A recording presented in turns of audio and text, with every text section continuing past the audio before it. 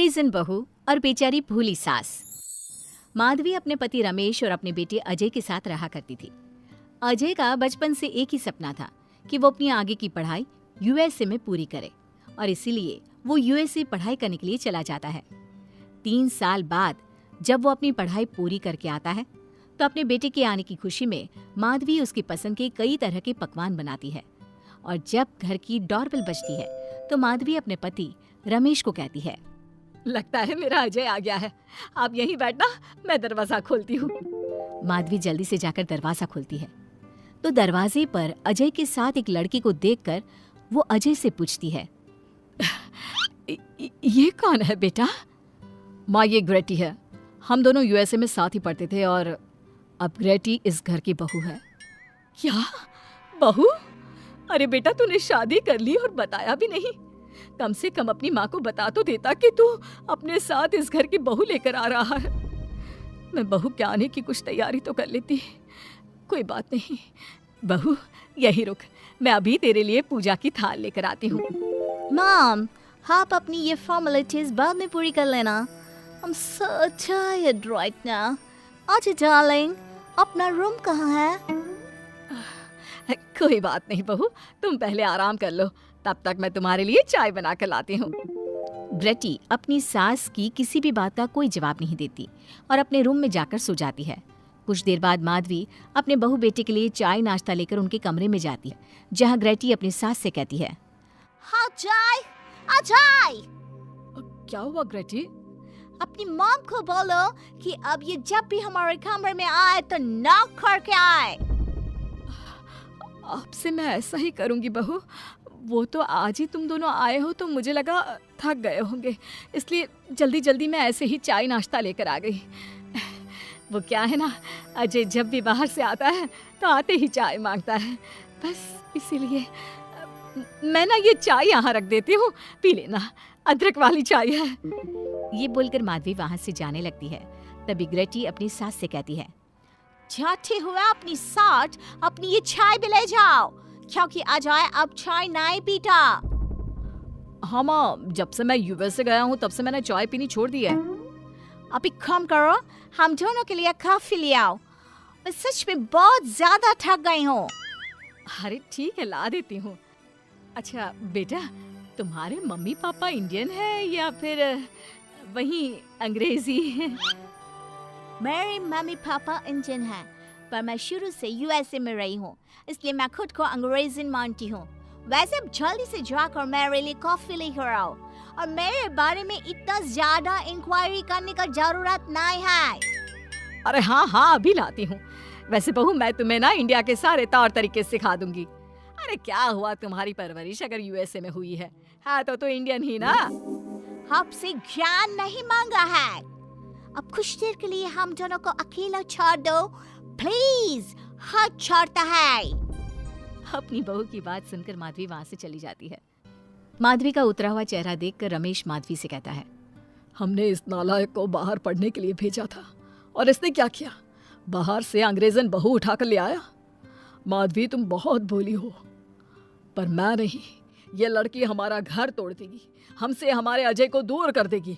देखा, आते ही कैसे रोब झाड़ रही है, जैसे तुम इस घर की नौकरानी हो। तुम उसको बोलो कि तुम इस घर की मालकिन हो और उसकी सास हो, वो वही करे जो तुम कहोगी। अरे आप बेकार में ही गुस्सा हो रहे हैं। बहू यूएसए की है, यहाँ नई नई आई है, उसको यहाँ के तौर तरीके नहीं पता और वो मुझे अपनी माँ मानती है, तभी तो अपने नखरे दिखा रही है। वैसे भी ना बहू बेटी दोनों बराबर ही होती है। माधवी, कौन सी बेटी अपनी माँ से ऐसे बात करती है जैसे तुम्हारी बहू कर रही है? मैं बस तुम्हारे कहने पर चुप हूँ, वरना मैं अपने बहू बेटों को आज ही घर से निकाल देता। ये कहकर रमेश वहाँ से चला जाता है। ऐसे ही कुछ दिन बीत जाते हैं और ग्रेटी अपनी बेचारी भोली भाली सास पर अत्याचार करती रहती है। ग्रेटी अपना सारा काम अपनी सास से करवाती और उसी को भला बुरा सुनाती। ऐसे ही एक दिन माधवी कपड़े धो रही होती है और ग्रेटी माधवी को सताने के लिए अपने सारे कपड़े लाकर उसे देती है और कहती है, मॉम्स, ये मेरे कुछ कपड़े हैं, जरा इन्हें भी धो दो। इतना बोलकर ग्रेटी तैयार होकर घर से जाने लगती है। तभी माधवी उससे कहती है, बहू, आज तुम्हारे ससुर के दोस्त के घर में एक छोटी सी पार्टी है, उन्होंने सह परिवार बुलाया है, मैं चाहती हूँ कि तुम और अजय भी आज हमारे साथ वहाँ चलो, और आज ना साड़ी पहनना। मॉम, अभी मैं क्लब जा रही हूँ। रात को मुझे टाइम मिलेगा तो आपके साथ चली जाऊंगी, पर साड़ी बारी नहीं पहनूंगी। ये कहकर ग्रेटी वहां से चली जाती है। शाम हो जाती है। सब ग्रेटी के घर आने का इंतजार करते हैं और इस वजह से कोई भी पार्टी में नहीं जा पाता। इंतजार करते करते रात के 12 बज जाते हैं। 12 बजे रात को ग्रेटी नशे की हालत में जख्मी घर आती है।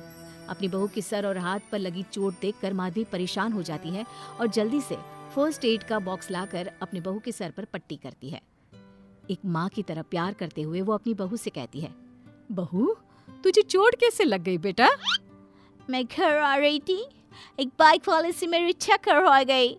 कोई बात नहीं बेटा, कल सुबह होते ही तुझे अपने फैमिली डॉक्टर के पास ले जाऊंगी। अच्छा, अब तू ना आराम कर, मैं तेरे लिए अभी हल्दी वाला दूध लेकर आती हूँ। माधवी, मैंने तुम्हें पहले ही समझाया था, ये अंग्रेजन हमारे घर के लिए ठीक नहीं है, पर तुमने मेरी एक नहीं मानी। अब देख लो, आज इस अंग्रेजन बहू की वजह से सारे मोहल्ले में हमारी नाक कट गई है। आज सब हम पर हंसते हैं, और ये सब कुछ तुम्हारी वजह से हुआ है, तुम्हारी छूट की वजह से हुआ है।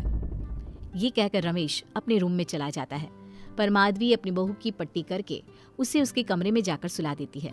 अगले दिन माधवी ग्रेटी को लेकर अपने फैमिली डॉक्टर के पास जाती है, जहां ग्रेटी देखती है कि उस डॉक्टर की बहू ने साड़ी पहनी है और एक संस्कारी बहू की तरह घर में पूजा पाठ करके अपने सास ससुर के पैर छूकर उनका सुबह सुबह आशीर्वाद लेती है। डॉक्टर की बहू को देखकर ग्रेटी को अपना बर्ताव याद आता है और उसे एहसास होता है कि वो अपनी भोली और मासूम सास के ऊपर कितना अत्याचार करती है, पर फिर भी माधवी सबसे लड़कर हमेशा उसका साथ देती है। ये सब देखकर ग्रेटी को पश्चाताप होता है और कुछ देर बाद वो दोनों दवाई लेकर घर आती है।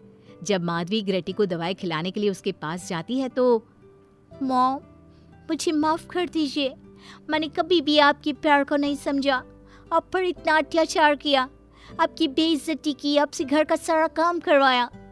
आपने मुझे कितनी छूट दी, पर फिर भी मैं आपके साथ इतना बुरा करती थी। और आज जब मैं नशे की हालत में चोट खाकर घर आई तो भी आपने मुझसे कोई सवाल नहीं किया, उल्टा आपने मेरा साथ दिया, मेरी सेवा की। और जब मैंने डॉक्टर की बहू को देखा घर का काम करते हुए, अपने सास ससुर की सेवा करते हुए, तब जाकर मुझे एहसास हुआ कि मैं कितनी रॉन्ग थी। एक इंडियन होकर भी एक बहू के कर्तव्य से दूर रही और आपके ऊपर अपनी अंग्रेजी का रौब झाड़ती रही। मुझे माफ कर दीजिए सासू माँ। बेटा, अक्सर बच्चों से गलतियां हो जाती है। ऐसे भी सुबह का भूला अगर शाम को घर आ जाए तो उसे भूला नहीं कहते बहू। और मुझे बहुत अच्छा लग रहा है ये देखकर कि मेरी अंग्रेजन बहू कितनी समझदार हो गई है। जिसके बाद माधवी और ग्रेटी एक दूसरे को गले लगा लेती है और उसके बाद से ग्रेटी एक संस्कारी बहू की तरह रहती है और अपनी सास को किसी भी शिकायत का मौका नहीं देती। अपनी सास ससुर की बहुत अच्छे से दिल से सेवा करती है।